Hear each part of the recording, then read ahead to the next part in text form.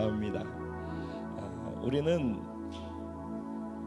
신앙생활 하는 것에 가장 중심에 뭐가 있냐면은 구원이라고 하는 것이 있습니다. 그러니까 구원받지 못한 사람은 예배에 참석은 할 수 있어도 예배를 드릴 수가 없습니다. 이 말이 이해가 되시나요? 와서 구경은 할 수 있어요. 그냥 앉아서 참석하고 따라갈 수는 있어요. 그런데 진짜 예배가 무엇인가 하는 그 예배를 드릴 수가 없습니다. 예배는 예수 그리스도를 나의 구세주로 받아들인 사람, 내가 죄인인데 내 죄를 대신해서 예수님이 십자가에 못 박혀 죽으셨어. 그리고 나도 함께 그 자리에 죽어버렸고 예수님이 부활하신 부활의 생명으로 내가 다시 태어났음을 믿는 구원받은 거듭난 사람들이 드리는 거예요. 예배는 하나님께 드리는 겁니다. 예배는 하나님을 아버지라고 인식하고 인정하는 사람들만이 드릴 수 있는 것입니다. 그래서 예배 드릴 때 우리는 하나님을 아버지라고 부르면서 하나님께 나아가고 기도합니다. 근데 하나님은 영이신 하나님이십니다. 여기서부터 중요한 거예요. 구원받았다는 말은 영이신 하나님의 자녀가 됐다는 말이에요. 우리 껍질의 변화는 없지만은 우리 영이 다시 살아났다는 말이에요. 우린 영적 존재가 되었다는 말이에요. 그렇기 때문에 눈에 보이는 것으로 지금까지 살았다면은, 지금도 눈에 보여지는 것에 반응하며 산다면은 그건 하나님의 자녀가 됐다라는 특권을 못 누리고 사는 거예요. 하나님의 자녀들은 예배 드릴 때도 보이지 않는 영이신 하나님이 여기 계심을 믿고 그 하나님께, 아버지께 구하고 아버지를 즐거워하면서 예배하는 거예요. 아버지를 믿는 거란 말이에요. 우리가 영적 존재이기 때문에 가능한 거예요. 그래서 구원받은 사람끼리는 옆에 있는 사람이 아버지 하나님의 존귀한 자녀임을 눈으로 봐서는 맨날 별로 변화되지 않은 것처럼 보이는 그 모습이지만은 그 안에 하나님의 영이 담겨져서 하나님의 존귀한 자녀라는 것을 믿음의 눈으로 봐줄 수 있어야 하는 거예요. 그래서 구원받았다라는 것으로부터 우리의 변화는 영적인 것이 변화로부터 시작되는 것입니다. 이 말은 너무너무 중요한 말이에요, 여러분. 이거는 뭐 오늘 말씀과 상관없이 정말 중요한 것인데, 내가 영적 존재가 됐다는 말은요, 하나님의 자녀 됐다는 말은 영적인 도전도 있다라는 말입니다. 우리가 영적인 삶을 하나님의 자녀로서 살아갈 때 하나님의 자녀로 살아가지 못하도록 방해하는 영적인 세력이 있는 거예요. 예배를 드리려고 할 때 우리가 예배를 하나님께 드리지 못하도록, 그리고 하나님의 은혜가 우리 가운데 들어오지 못하도록 방해하고 막는 또 다른 영적 세력도 있다는 것입니다. 여러분, 이건 저 지금 나오는 얘기들은 제가 생각하고 하는 얘기가 아니에요. 예배를 드릴 때는요, 하나님께 예배 드리거든요. 그 찬양을 인도할 때도요, 앞에 있는 분들이 찬양을 준비하잖아요. 그냥 준비하는 거 아니에요. 여러분, 기도 오늘 하셨죠? 그냥 막 나오는 대로 했어요? 다 생각하고 기도하고 준비하고서 하죠. 마찬가지로 그렇게 준비하는 거예요. 그러면은 무엇이든지 서론 본론 결론이 있어요. 말씀 전할 때도 서론 본론이 있어요. 그냥 나오는 것 같아도. 그렇죠? 찬양도 마찬가지예요. 우리 예배도 예배에 시작이 있고 중간에 본론이 있고 결론이 있고 그런 거예요. 그러면 예배가, 예를 들어서 우리가 9시 20분부터 예배가 시작되어져요. 9시 20분에. 그러면 9시 20분에 기승전결이 있다라고 할 때 기가 시작되는 겁니다. 그래서 하나님께로 향하는 거예요. 마음을 여는 거예요. 그리고 보혈을 의지하는 거예요. 그래서 그때 보혈로 이 자리가 씻겨지고 우리가 씻겨지는 것을 믿음으로 받아들이고, 내가 하나님의 자녀인데 또 잘못된 부분이 있으면 그 보혈로 씻겨졌음을 믿는 믿음을 갖고 보혈을 지나 아버지 품으로 들어가는 과정을 갖는 거예요. 그리고 그 다음에 여기 이제 그분이 계시니까 그분의 임재를 더 여기 계시지만 내가 인식하고 갈망하는 거예요. 더 깊게. 그래서 그분의 임재 가운데로 더 깊게 나아가는 거예요. 그래서 그것이 되어졌을 때 그 다음, 이게 기승전결의 기에 속하는 부분이에요. 그게 되어졌을 때 그 다음 부분은 또 넘어가고 또 넘어가고 또 넘어가고, 그래서 여기까지 오는 거거든요. 근데 만약에 9시 20분에 시작해서 기승전결의 기가 시작되는데 이게 진행되는 것을 다 안 하고 중간에 쑥 들어왔단 말이죠. 중간쯤에 와가지고 이 분위기를 따라잡을 수가 있겠습니까? 그러면 예배가 뻑뻑해지는 거예요. 이미 다른 분들, 처음서부터 시작한 분들은 그 파도를 타고 이렇게 넘어가고 있는 거예요, 계속. 그래서 먼저 온 분들은 그 깊이 가운데 들어가고 있는데, 중간에 오신 분들은 중간에 와가지고선 그 흐름을 타려면은 내가 와가지고선 분위기에 맞춰야 되고, 또 이 찬양이 내 깊이 들어오려면은 나 혼자서 예수의 피로 씻고 나 혼자서, 그런 과정도 모르는 사람은 멋모르고 앉아서 그 다음 순서를 따라가는 거예요. 근데 예배의 깊이로 들어갈 수가 있을까요? 이런 게 다 영적인 거라는 거예요. 여기 참석하고 주일날 예배 여기 참석하고 갔다, 이게 주일 성수하는 의미가 아니거든요. 하나님 살아계시고 하나님 어디에나 계시지만은 주일날 특별히 시간을 모아서 우리가 여기 이렇게 모이는 것은 여기 계신 하나님께 내 마음 전심을 다해서 예배하기 위해서 모이는 거예요. 그러니까 우리가 하는 이 시간 드림, 우리의 여기에 에너지를 드림, 이 모든 것이 정말 하나님께 의미 있고 우리 스스로에게 의미 있는 시간이 되었으면 좋겠어요. 그런 예배가 됐으면 좋겠어요. 지금도 우리 예배는 참 좋아요. 어디서도 이런 예배를 찾아보기가 쉽지 않을 정도로 깊은 하나님의 은혜가 있는 게 사실이거든요. 근데 우리 모두가 다 주일날 한 번 예배 드리는 이 예배에 우리가 성공해야 되지 않겠습니까? 이게 또 맛있고 좋아져야지 다음 예배도 또 드리고 싶지 않겠습니까? 그래서 정말 간절히 바라기는, 저는 일본에 가서도 예배 드리고 싶은 거예요. 일본 분들하고. 그럼 예배 속에 임하시는 하나님을 그들이 경험하게 되니까 일본의 변화는 그것으로부터 시작된다고 믿거든요. 예배가 변하면은, 우리 공동체 예배는 변하고 있어요. 이미 공동체 안에 속해 있는 한 분 한 분의 개인의 예배가 변하기 시작하면은 하나님의 역사가 시작되는 것입니다. 배가요, 예배의 변화는 일어났어요. 이제 개인의 예배의 변화만 일어나면은요, 배가는 내 양쪽 손에 한 명씩만, 지금 앉아 있는 사람 말고 내 오른쪽 왼쪽에 나 말고 저기 여기 지금 없는 누군가 다른 어떤 분들하고 양쪽에 손잡고 앉아 있으면은, 저는 지금 무슨 생각하는지 아십니까? 어떻게 보조 의자를 놔야 되지?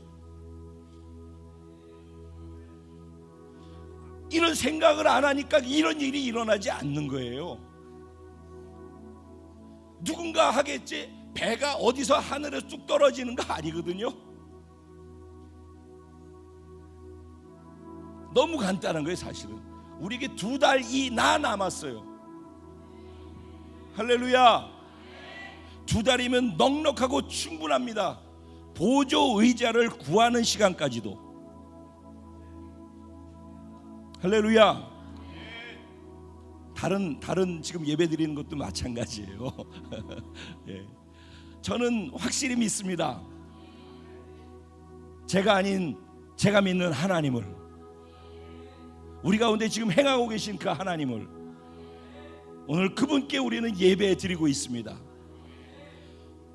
기승전결의 기에 우리가 똑바로 들어오지 못했었다면은 다음부터 그 시간부터 함께 있기를 바라고, 그러지 못했다면은 지금 이 시간에라도 하나님의 말씀 안에서 쑥 들어가 예배할 수 있는 영적 예배를 드림을 통해 영적인 하나님과 교통하고 영적인 신랑 예수님과 깊은 사랑에 빠져들어가는 그런 예배가 되기를 소원합니다. 우리 이것을 위해서 같이 한 번 더 기도할까요? 하나님, 나 진짜 공동체 예배가 회복되어지는 걸 보고 있는데 내 예배가 회복되고 싶습니다. 내가 예배 회복됨으로 하나님의 말씀이 살아 역동하는 천국의 삶을 여기에서 경험하며 살고 싶습니다. 하나님, 오늘 내 예배가 그런 예배 되게 해주십시오. 우리 공동체 예배가 더 깊어지게 하여 주옵소서. 우리 주님의 이름을 간절히 3번 부르고 잠시 통성으로 하나님 의지에 기도하고 하나님 말씀 듣겠습니다. 기도드리겠습니다. 주여! 할렐루야. 우리 좌우에 계신 분들에게 당신의 하나님은 살아계신 하나님이십니다. 한 번 더 인사할 때 그 하나님이 지금 이 자리에 우리와 함께 계십니다. 또 다른 분에게 그 하나님이 지금 당신을 사랑하십니다. 아멘. 이것은 사실입니다. 믿게 되길 주님의 이름으로 축원드립니다. 할렐루야. 오늘 주신 하나님의 말씀 열왕기하 23장 21절부터 25절까지 말씀 보도록 하겠습니다. 열왕기하 23장 21절부터 25절까지 말씀입니다. 제가 한 절, 여러분 한 절 교독하시고 25절 말씀은 한 마음으로 한 뜻으로 함께 합독하도록 하겠습니다. 말씀을 읽을 때 하나님이 주시는 지혜와 깨달음이 동시에 있게 되기를 소원합니다.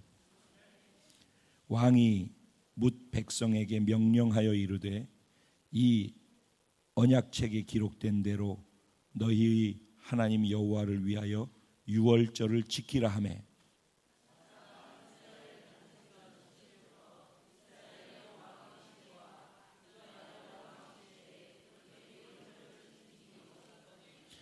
요시야 왕 18째 해 예루살렘에서 여호와 앞에 이 유월절을 지켰더라.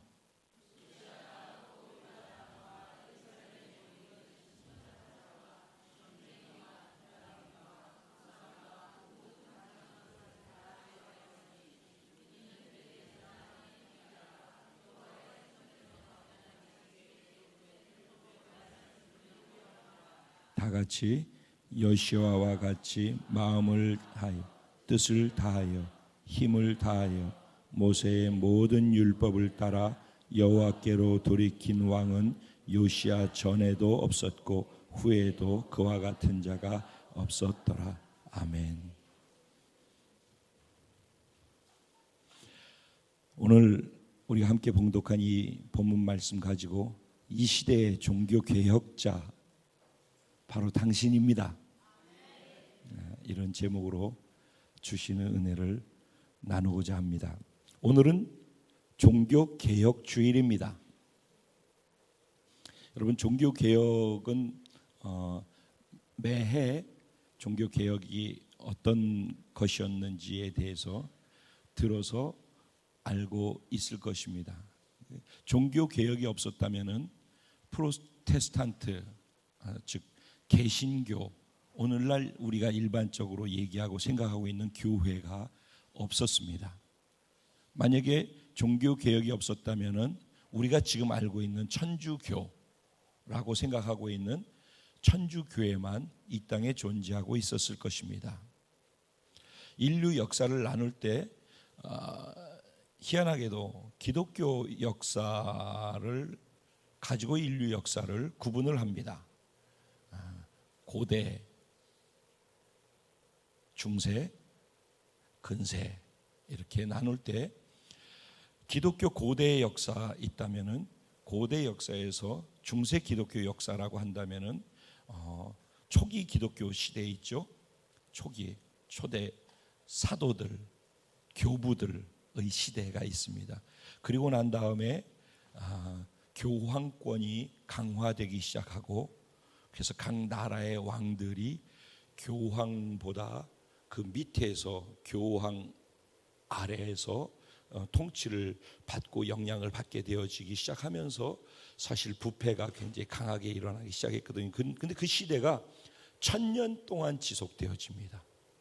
그래서 중세 암흑 시대다라는 표현들을 씁니다. 캄캄한 암흑 시대가 1000년이라는 세월 동안 지속되어졌습니다. 그러다가 종교 개혁, 그 당시 르네상스 시대, 계몽주의 이런 일들이 일어나고 있는 그 시대에 그리고 일본의 예수회에서 파견한 선교사가 일본으로 들어가게 되는 그 시기에 종교 개혁이 일어났습니다. 1517년 10월 31일 비텐베르그 대학에 있는 교회 정문에 마틴 루터가 95개 조항의 그 선언문을 내걸고 교황과 그 당시에 교회의 권력을 가지고 있는 분들에게 함께 이 부분에 대해서 논의하고 토의하자라고 제안을 하고 내걸었던 것입니다. 근데 교황청에서는 별 거기에 관심을 갖지 않았어요. 근데 생각지도 않았는데 주변 사람들에게 호응이 일어나기 시작하고 이것이 한 도시에서 점점 다른 도시로 확장되기 시작했습니다. 그러면서 종교 개혁이라고 하는 것이 구체화되기 시작했습니다. 사실은 그 전에도 위클리프라고 하는 분이 계셨는데 그분이 성경에 대해서 강조를 하고 그런 일들이 있었습니다. 그리고 루터의 종교개혁, 또 스윙글리라고 하는 사람의 종교개혁, 칼빈이라고 하는 분의 종교개혁, 이런 여러 다양한 사람들이 그 시대에 다양한 그 종교개혁에 동참해서 각자의 목소리를 높이고 삶에 도전을 하는 일들이 생겨났습니다. 그런데 특별히 루터가 종교개혁을 한 것으로 일반적으로 얘기되어지는 이유는 루터가 캐톨릭의 사제로 있었지 않습니까? 그런데 캐톨릭 사제로 있으면서 캐톨릭에다가 정면으로 잘못된 것을 지적하면서 시작했기 때문에 마틴 루터의 이름이 굉장히 우리에게는 남아있게 되어지는 것입니다.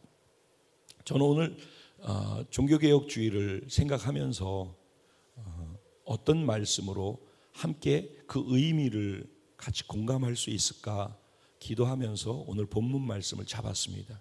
오늘 본문의 주인공은 요시야라고 하는 왕입니다. 이스라엘의 역사는 제가 가끔씩 말씀 속에서 마치 성경 공부하듯이 성경에 대한 이야기를 하는데 우리 교회학교 친구들, 이스라엘의 첫 번째 왕이 누구죠? 응? 얘들아, 누구? 사울. 이야, 산이가 할렐루야, 하나님의 축복이 넘쳐날지어다. 사울이라고 하는 분이 이스라엘의 초대, 나라가 없었다가 첫 번째 왕이 사울이라는 사람이 되어졌어요. 그러다가 처음에 잘 나가다 나중에 하나님과 멀어지면서 교만해지고, 그래서 하나님께서 그 사람을 패하시고 세운 사람, 하나님이 기름 부어 세운 사람 두 번째 왕이 누구죠? 다윗 왕이에요. 다윗 왕이 이스라엘을 전체를 통일시켜서 통일 왕국을 만들었어요.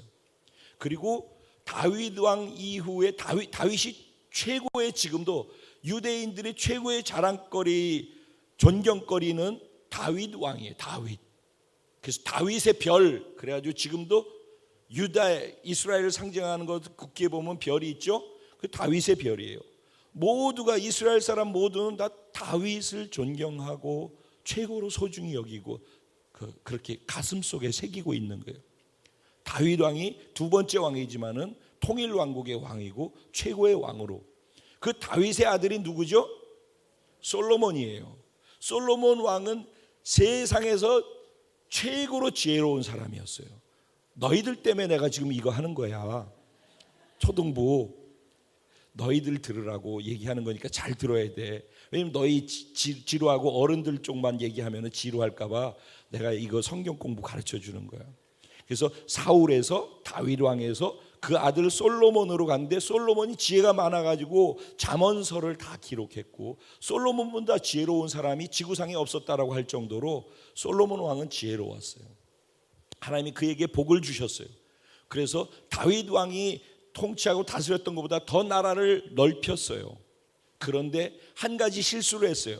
나라를 넓히면서 다른 이방 나라하고 정략적인 결혼을 하게 되어져서 많은 부인들을 첩으로 두면서 그 부인들이 외국에서 왔는데 그 부인들이 섬기던 신들을 데리고 들어왔어요.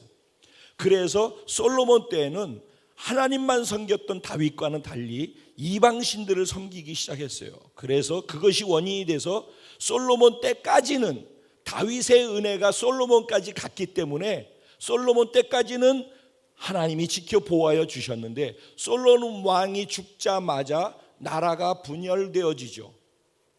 그래서 솔로몬 아들이 남왕국이 왕이 되어지고 그리고 여로보암이 북왕국의 왕이 되어져서 우리나라처럼 남북으로 나뉘어지게 되어진 일들이 솔로몬 왕 이후부터 생겨나는데 나라가 나뉘어진 것이 무엇 때문이라고요? 이방의 신이 들어오기 시작하면서라는 것을 기억하시기 바랍니다.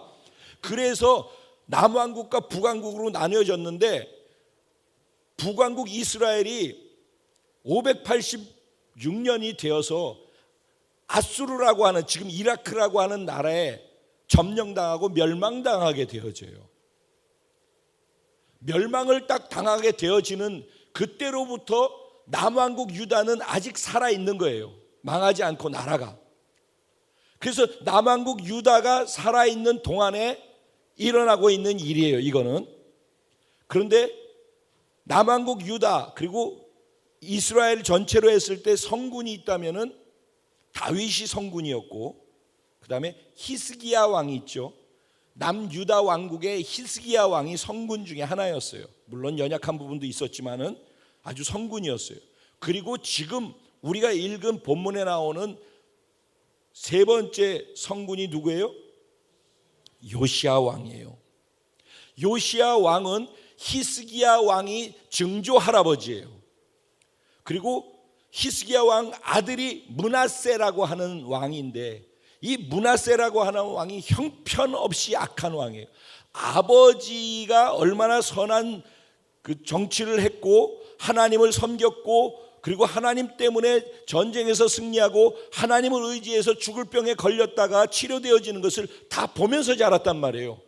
그런데 아버지가 죽고 자기가 왕이 되자 그때부터 55년 동안을 이방신이란 신은 잡신을 다 가지고 와서 자기 나라에서 하나님을 섬기고 있던 제단들의 다 이방신을 섬기는 제단으로 바꿔놓고 하나님의 성전도 이방신을 섬기는 것으로 다 성전을 이방의 제사 드리는 신당으로 다 바꿔버렸어요.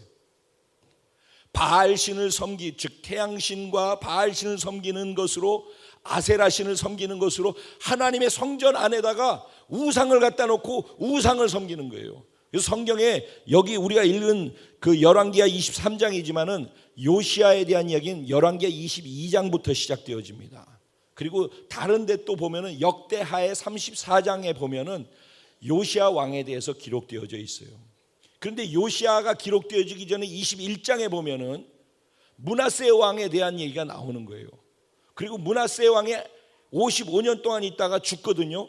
근데 죽은 다음에 아몬이라고 하는 왕이 등극을 하게 되는데 2년 있다가 자기의 그 신복들한테 반역당해 가지고 2년 만에 왕이 죽어버려요.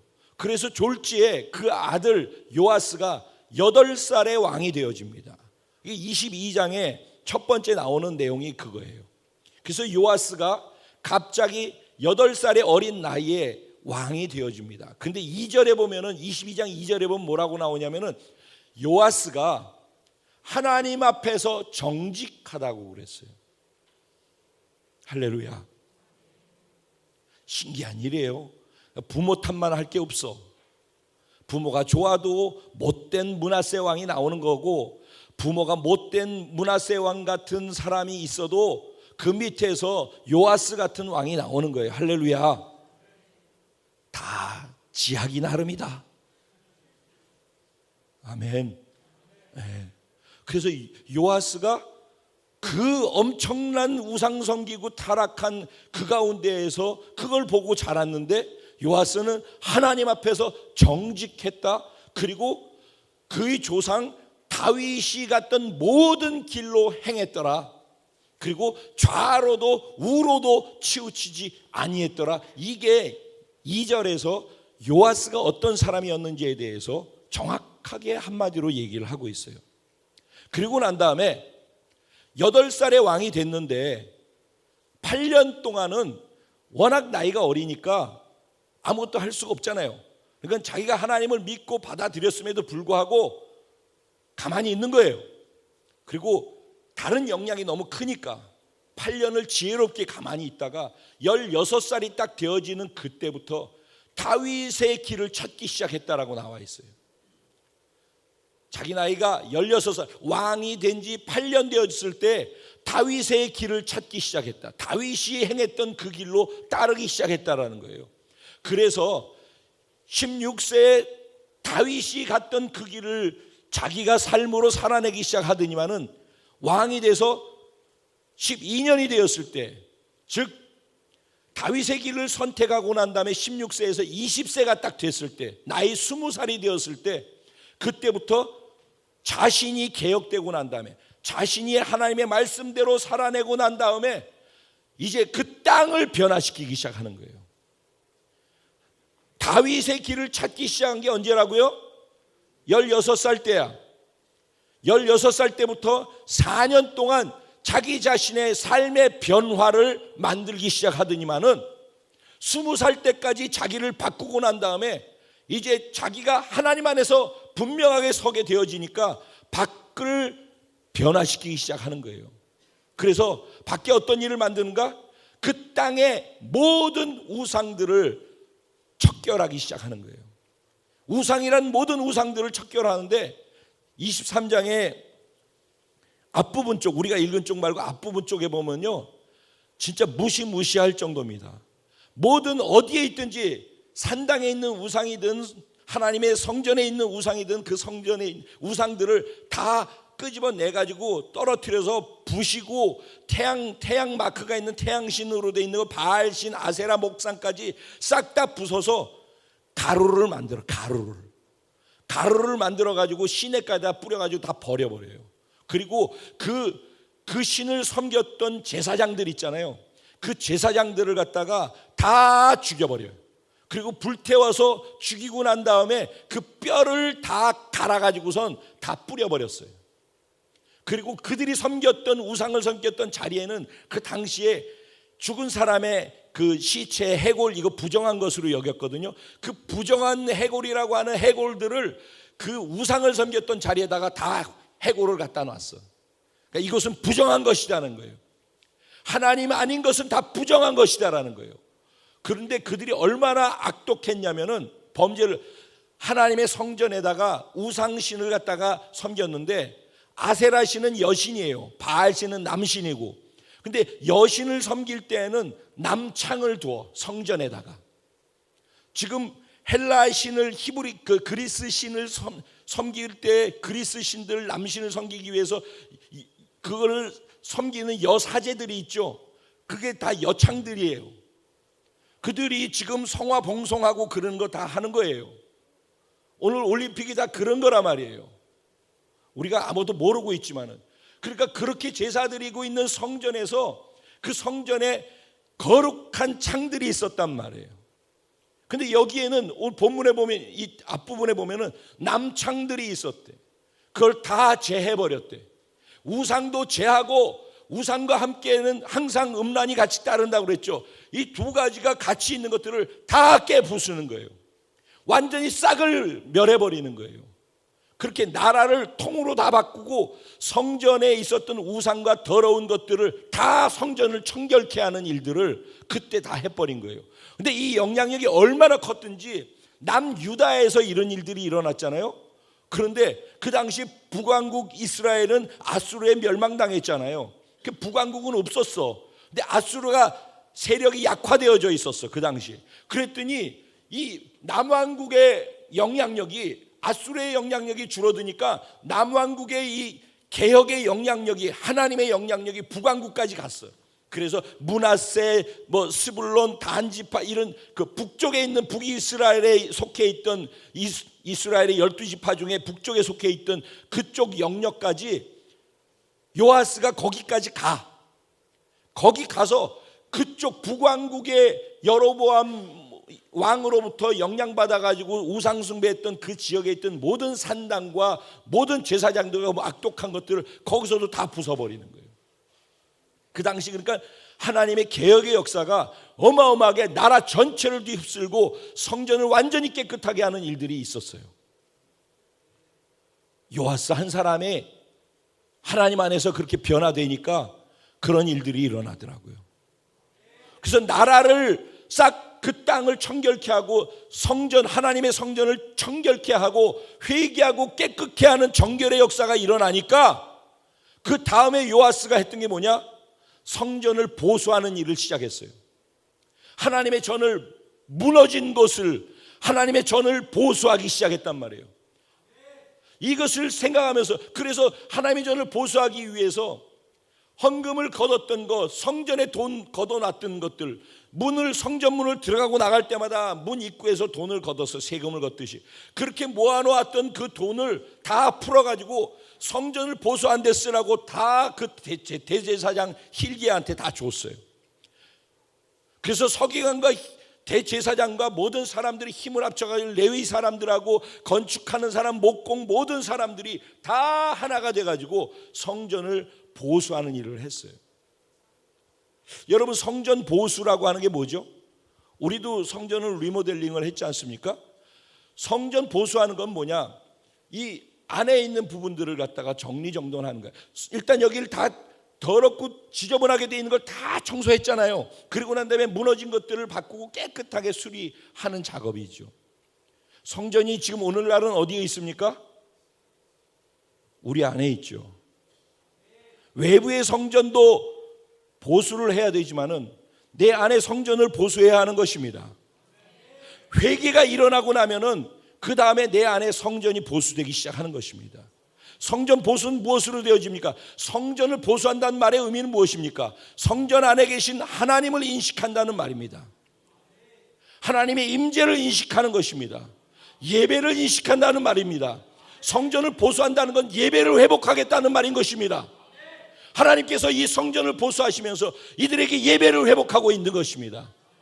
그래서 성전을 보수하고 예배를 회복하니까 어떤 일이 일어났는가?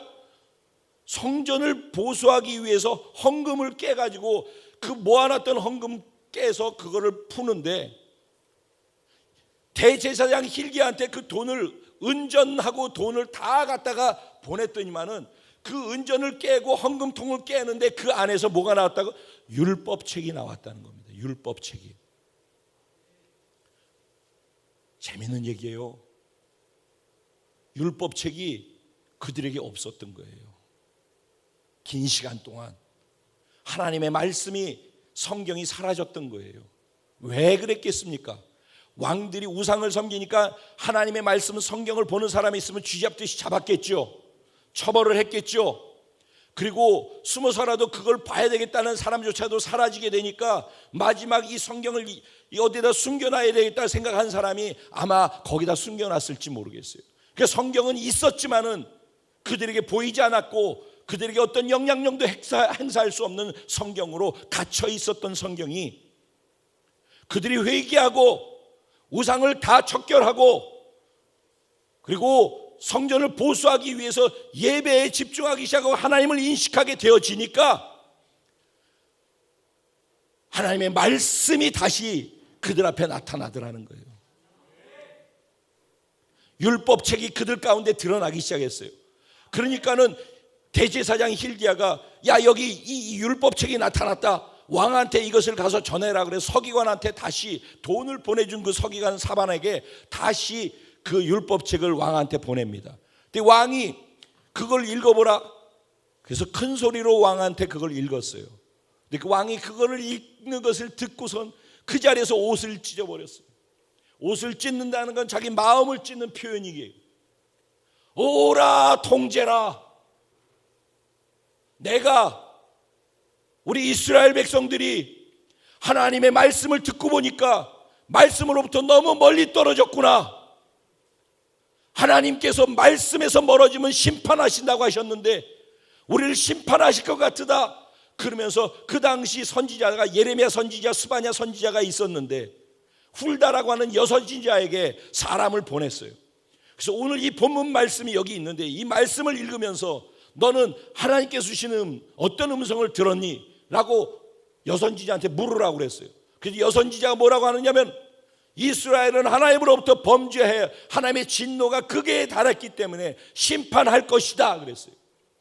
그런데 네가 이 하나님의 마음을 헤아려서 하나님 앞에서 통곡하고 네 마음을 부드럽게 너그럽고 부드럽게 연하게 회복해서 하나님께 겸손한 마음으로 회개하고 돌이키니까 네가 살아있는 동안에는 이 같은 참담한 일이 겪어지지 않도록 그 때를 미루어 주겠다 그랬어요. 그래서 네가 있는 이 시대에는 평안하게 갈 것이다. 하지만 이들의 죄가 너무 크기 때문에 결국 이들을 멸할 것이다. 이런 예언을 듣습니다. 그리고 난 다음에 요시야는 그 말씀을 가지고 대제사장, 장로, 서기관 그리고 모든 백성과 무리들을 한 자리에 모읍니다. 그리고 모두가 이렇게 있는 가운데서 하나님의 말씀을 읽기 시작합니다. 큰 소리로 모두가 그걸 듣습니다. 그리고 왕이 그들 앞에서 선언합니다. 내가 하나님 앞에서 하나님의 말씀을 지키겠나이다. 하나님이 기록해 놓은 이 언약의 말씀을 내가 지켜 행하겠나이다. 내가 이 말씀을 그대로 한 점도 남기지 않고 다 이루겠습니다. 그렇게 고백하며 백성들이 다 같이 그렇게 하겠다라고 동의하고 따르니라 그랬어요.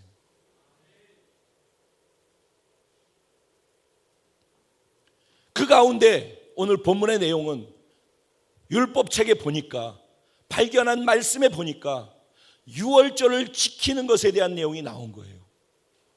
그러니까는 유월절을 사사시대부터 시작해가지고선 지금까지 한 번도 안 지킨 거예요. 유월절을. 그래서 유월절을 지키라고 하는 말씀을 따라서 언약책에 기록된 대로 율월절을 지키겠다 하매 그리고 그가 왕이 돼서 18년 됐던 해에 그 유월절을 지키니라 라고 오늘 우리가 본문에 읽은 거예요.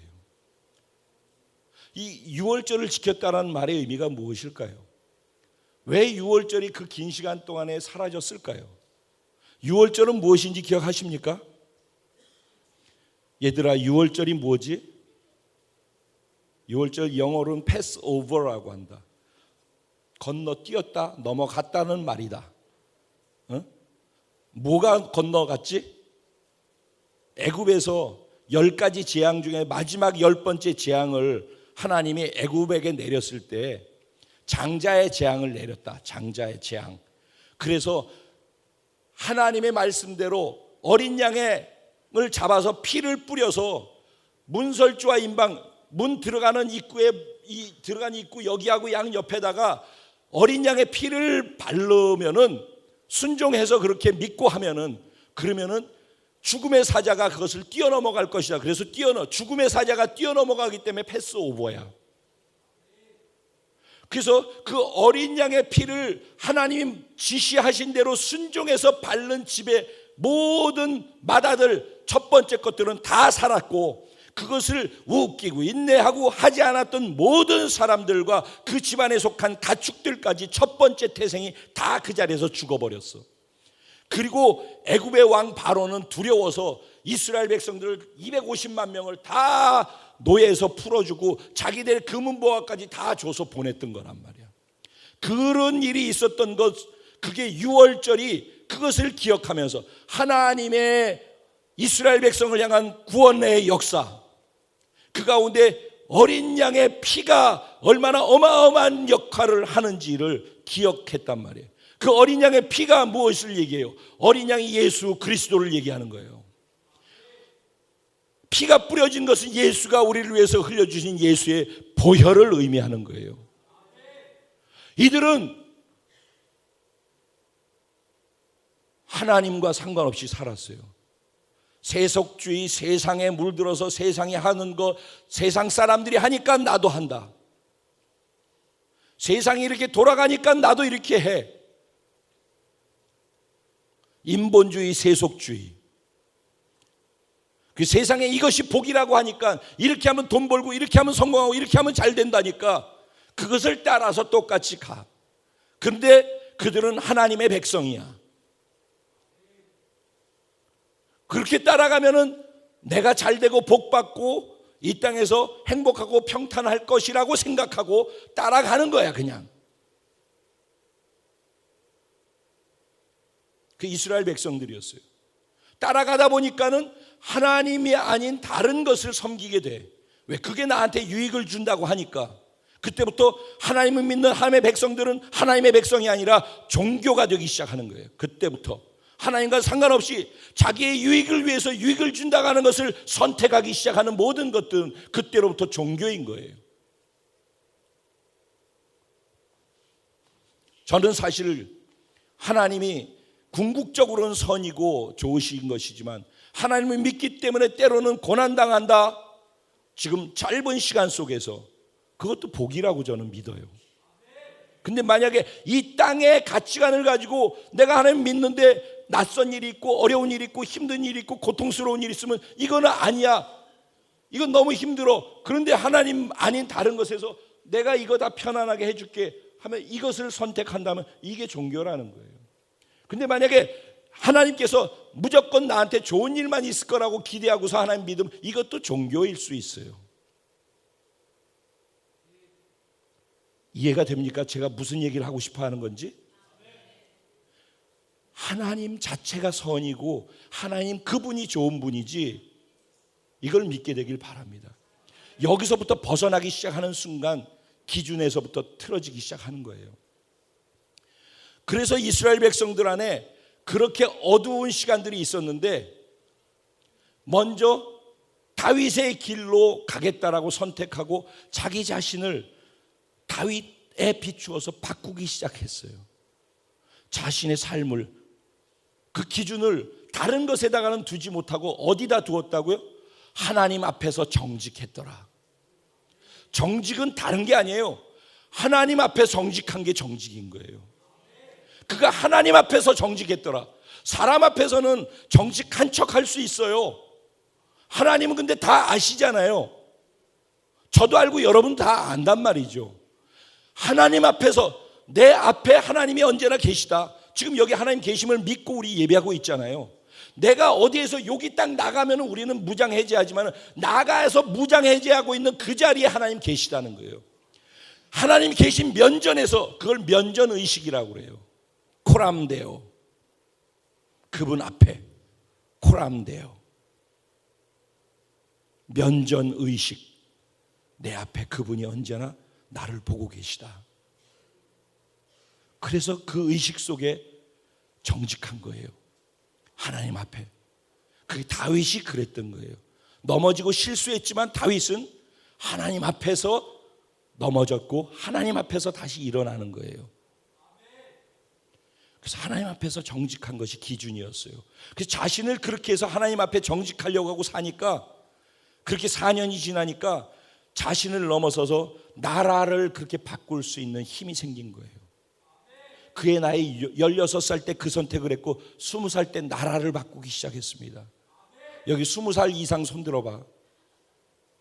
20살 이상 손 들어봐. 20살 이상. 왜 안 드는 거예요 도대체?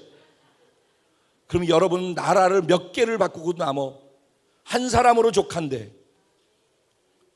한 사람으로 족합니다. 하나님께 미친 한 사람이면 족한 것입니다. 진짜라니까. 하나님은 자기를 보지 않고 하나님만 보고 하나님께 미쳐 정직하게 사는 그 한 사람으로 세상을 바꾸는 겁니다. 근데 오늘 20살 이상 되어진 수많은 사람들이 여기 있다면은 우리를 통해 세상이 바뀌지 않겠습니까? 이 시대가 어렵고 나라가 어려운 거 사실입니다. 무엇으로 바꿉니까?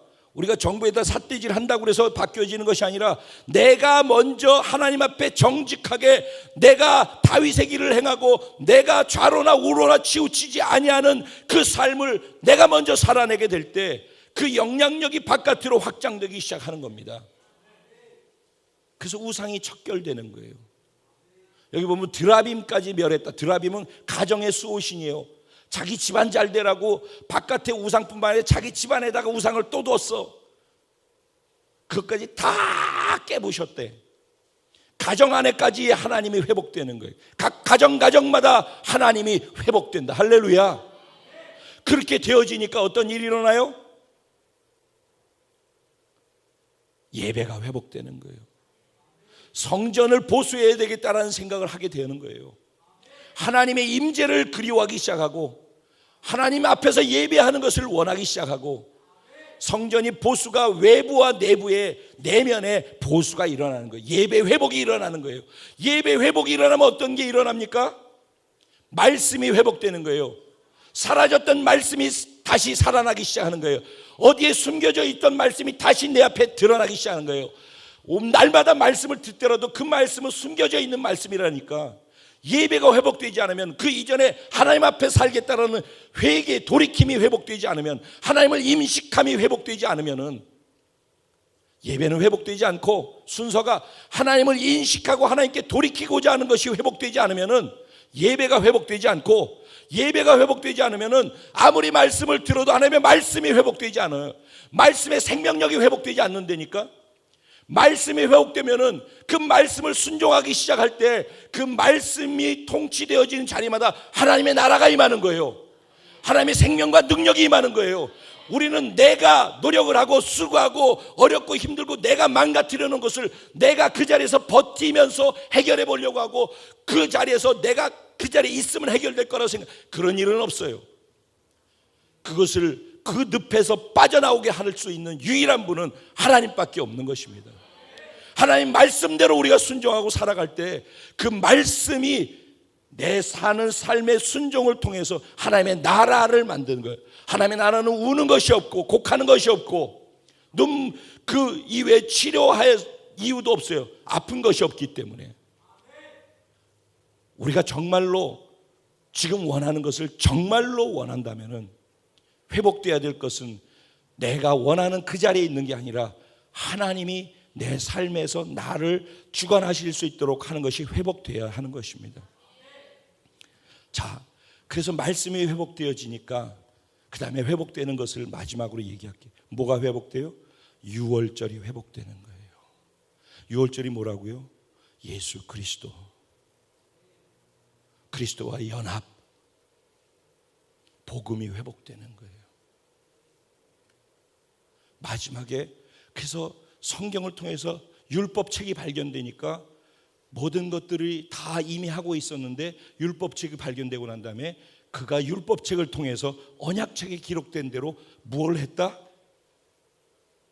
유월절을 지켰더라. 유월절이 뭐라고요? 예수 그리스도 우리를 위해서 행하신 것. 그래서 이런 말을 해요. Think about it. What He has done for you. 생각해봐라. 그가 너를 위해서 무엇을 하셨는지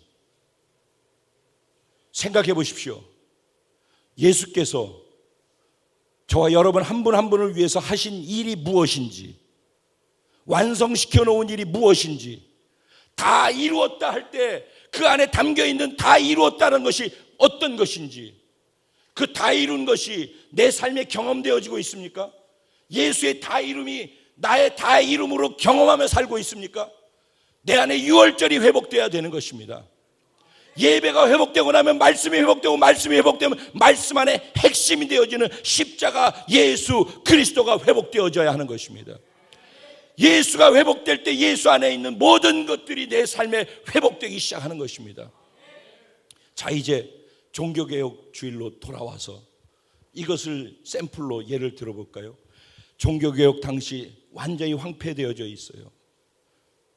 하나님의 말씀은요, 1000년 동안 교황과 사제들, 신부들의 몫입니다. 그들만 알 수 있어요. 왜? 성경을 라틴어로 번역을 해서 기록해 놨기 때문에 라틴어를 모르는 사람들은 성경을 읽을 수가 없는 거예요. 그리고 라틴어를 공부한 사제들하고 신부들, 교황만 성경에 대해서 알고 있으니까 성경을 반대로 얘기를 하고 지멋대로 지하고 싶은 대로 얘기해도 사람들은 다 모르는 거예요. 그냥 그리고 그걸 따라가는 거예요. 그래서 교황이 이렇다 그러면 이렇고 저렇다 그러면 저러는데 그게 전통이 되어지는 거예요. 그게 모든 믿는 자들이 그걸 따라가는 거예요. 그래서 교황이 하나님처럼 무오하다, 교황 무오설, 그럼 그걸 믿는 거예요. 예수님이 우리를 구원시켰으면 우리의 죄는 예수께 우리가 개인적으로 회개하면 되는 거잖아요. 근데 신부에게 가서 고해성사를 해야지만 된다라고 하는 거예요. 중재자가 중간에 있어야 된다. 성모 마리아에게 기도를 해야 된다는 거예요. 우리가 하나님께 예수 이름으로 직접 하면 되잖아요. 근데 이런 식으로 다 틀어놓은 거예요. 다. 그리고 난 다음에 구원도 예수 그리스도를 믿음으로 구원받는 것이 아니라 선한 행실을 해야지 구원받는다고. 나중에는 어디까지 가느냐면은 너희가 선한 행실을 하는 양이 작기 때문에 구원에 못 들어가는 사람들은 중간 상태가 있는데 연옥이라고 하는 데가 있는데 거기 가서 있을 거야. 그러니까 네가 선행이 부족하든지 아니면 선행이 부족해서 너희 집안에서 연옥에가 있다고 생각하는 사람이 있으면은 면죄부를 사. 면죄부는 선행이 너무 많은 성인들의 쌓여져 있는 선행을 돈 주고 사는 거야. 놀랄루야. 진짜 놀랄 일이에요. 근데 그걸 다 믿네. 그걸 다 믿어가지고 그걸 면죄부를 돈 주고 사는 거예요. 그리고 그걸로서 선행의 양이 찼다고 생각해서 나는 천국 갈 것이라고 믿는 거예요. 그리고 그 당시 그것 때문에 자기가 죄를 지으면 고해성사하러 가고 고해성사하러 루터가 늘 그랬던 거예요. 두려워서. 맨날 회개를 하는데도 또 죄가 생각나. 작은 것까지 자꾸 생각나. 자꾸 가는 거예요. 그러니까 신부가 야, 너 죄를 좀 몰아가지고서 있다 한꺼번에 좀 해라. 이렇게 자주 오냐? 이럴 정도로 그랬어요. 그 말 무슨 말이에요? 죄 사함에 대한 확신이 없는 거예요. 그리고 자기가 뭘 해야지 돼. 그래서 수도도 하기도 하고 고행도 하기도 하고 그 당시 그래가지고 나무 위에서만 몇십 년 동안 살다가 그 도 닦다가 그냥 가는 사람들 천지예요.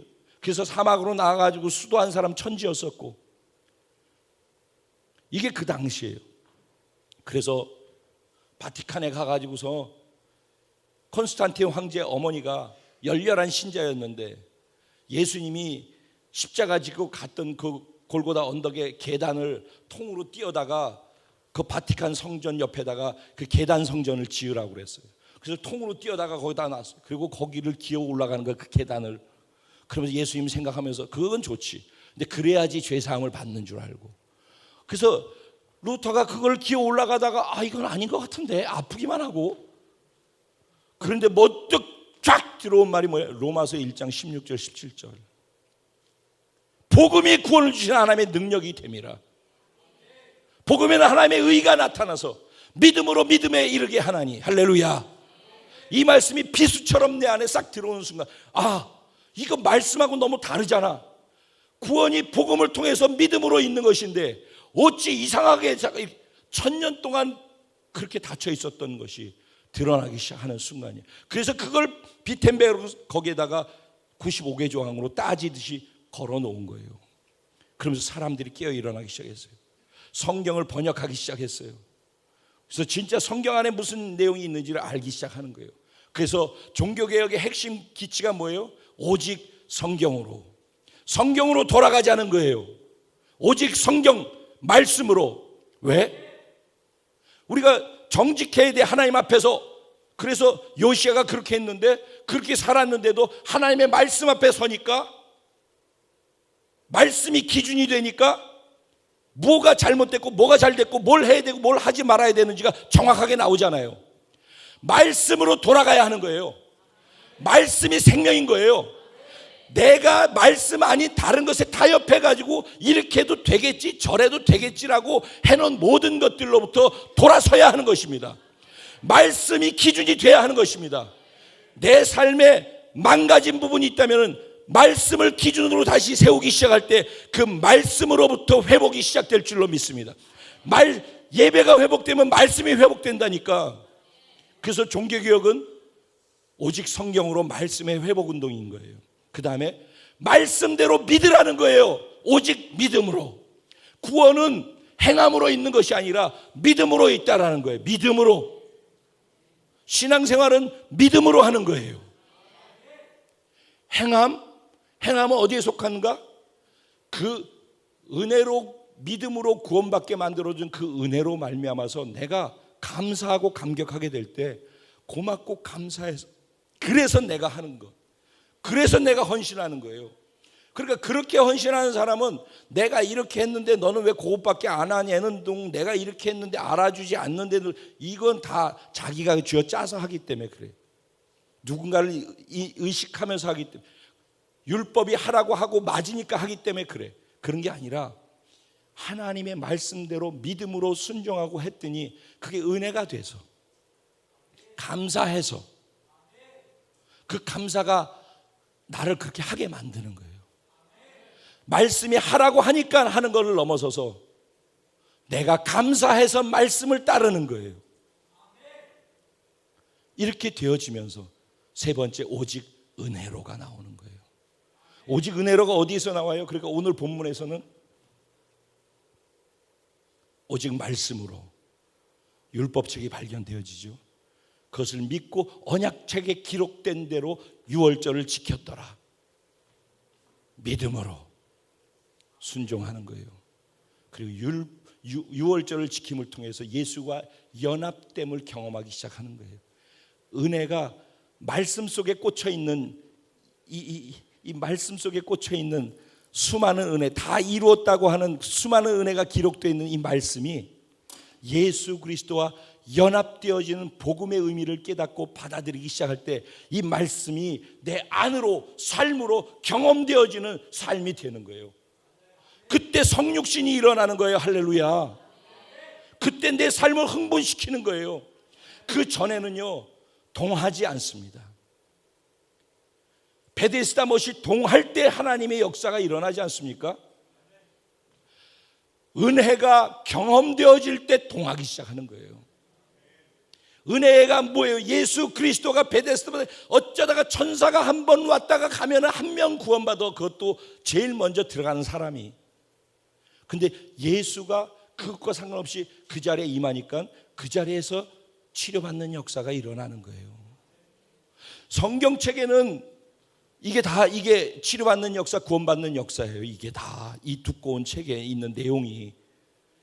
근데 어쩌다가 내가 읽다가 한번 휙 은혜가 되어지면 이게 천사가 오는 거야. 그럼 그때 깨달음이 있고 한번 딱 은혜가 오면 그때 은혜를 받는 거야. 그때. 그러다가 또 다음번 천사가 올 때까지 기다리네. 안 오면 계속 기다리고 있다 죽는 거야. 성경을 내 손에 끼고 있어도 성경이 아니야. 근데 언제? 유월절, 예수 그리스도가 나와 연합되어졌다는 십자가 복음의 의미가 무엇인지를 알고 경험하기 시작할 때 삶의 변화가 일어나는 거예요. 말씀이 꽂혀있던 말씀이 내 안에 들어오는 거예요.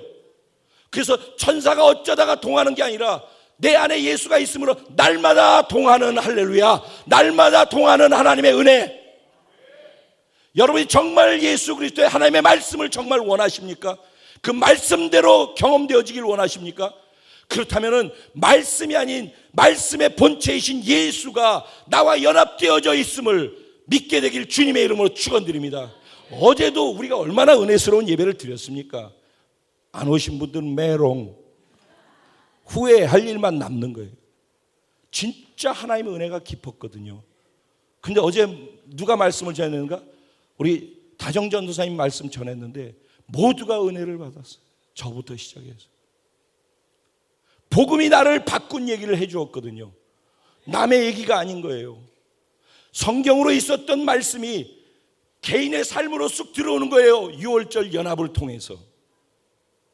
그 이후에 어떻게 하나님이 자신을 바꿔나가는지, 여러분 말씀이 삶으로 경험되기 원하면 예수 그리스도와의 연합의 의미가 무엇인지를 경험하게 되기를 주님의 이름으로 축원드립니다. 오늘 종교개혁 줄입니다.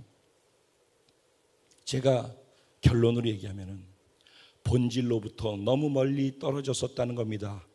중세 시대는.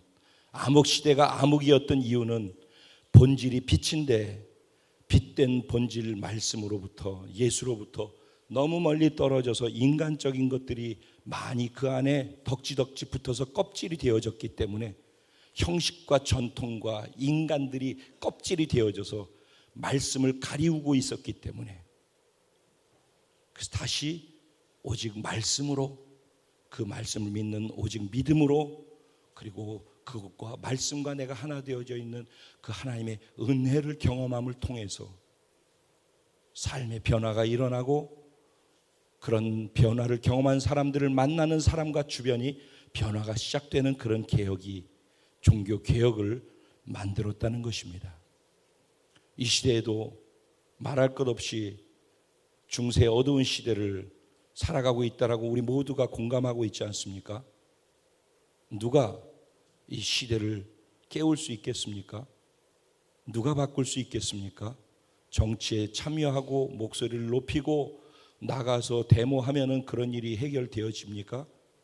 내가 하나님 앞에서 바르게 변화되기 시작할 때 나의 변화로 말미암아 주변의 변화가 일어나는 것입니다. 개인적으로 제가 한 말들을 개인이 경험하신 분들은 그 개인의 가정 안에 변화가 일어나는 것을 이미 경험하고 있을 줄로 압니다. 그렇게 시작되는 것입니다. 이 시대의 종교개혁은, 저는 새로운 종교개혁자가 되기를 원합니다. 하나님께 그렇게 쓰여지기를 원합니다. 저는 우리 공동체가 그렇게 쓰여지기를 원합니다. 그래서 제 삶을 돌아봅니다. 그래서 제 삶을 하나님의 말씀에 맞추려고 합니다. 그래서 제 삶이 예배를 회복하고 싶어 하는 것입니다. 그리고 그래서 우리에게 주어진 예수와 연합된 복음을 소중히 여기는 것입니다. 오늘 그 같은 은혜가 함께 예배드린 저와 여러분 모두에게 깊게 주어지게 되기를 주님의 이름으로 축원드립니다. 오늘 우리가 뛰는 성찬은 예수님과 연합되어지는 또 다른 유월절을 지키는 시간이기도 합니다. 이 성찬의 의미를 알고, 연합의 의미를 알고, 나의 죽음이 무엇이며 예수의 생명으로 다시 부활했다는 것에 동참했다는 것이 무엇인지를 정말로 가슴으로 경험하는 사람, 그 사람을 통해서 우리 공동체의 부흥이 시작될 줄로 믿습니다. 개혁이 시작될 줄로 믿습니다. 감사합니다. 우리 하나님 말씀 생각하면서, 그럼 나는 진짜 이 말씀을 어떻게 살 수 있을까? 이제 정말 듣는 게 아니라 어떻게 이걸 살 수 있을까? 나는 어떤 부분을 바꾸면 되지? 오늘 먼저 하나님께로 인식하고 돌이키는 회개로부터 시작된다. 그리고 모든 우상과 하나님하고 떨어져 있는 것들을 척결하는 것부터 시작한다. 성전을 정결케 하고 성전을 회복해서 예배를 회복하고, 그러면 말씀이 회복되고, 그리고 예수 그리스도와 연합됨을 회복하게 되어질 때 그때부터 시작된다고 했습니다. 나는 어디쯤 떨어져 있는가, 얼마나 멀리 가 있는가, 그걸 지적할 이유 없습니다. 하지만 돌아서기만 하면 되는 것입니다. 오늘 그 같은 은혜가 깊게 구체적으로 있게 해달라고 주의 이름을 간절히 한번 부르고 함께 기도하겠습니다. 기도드립니다. 주여!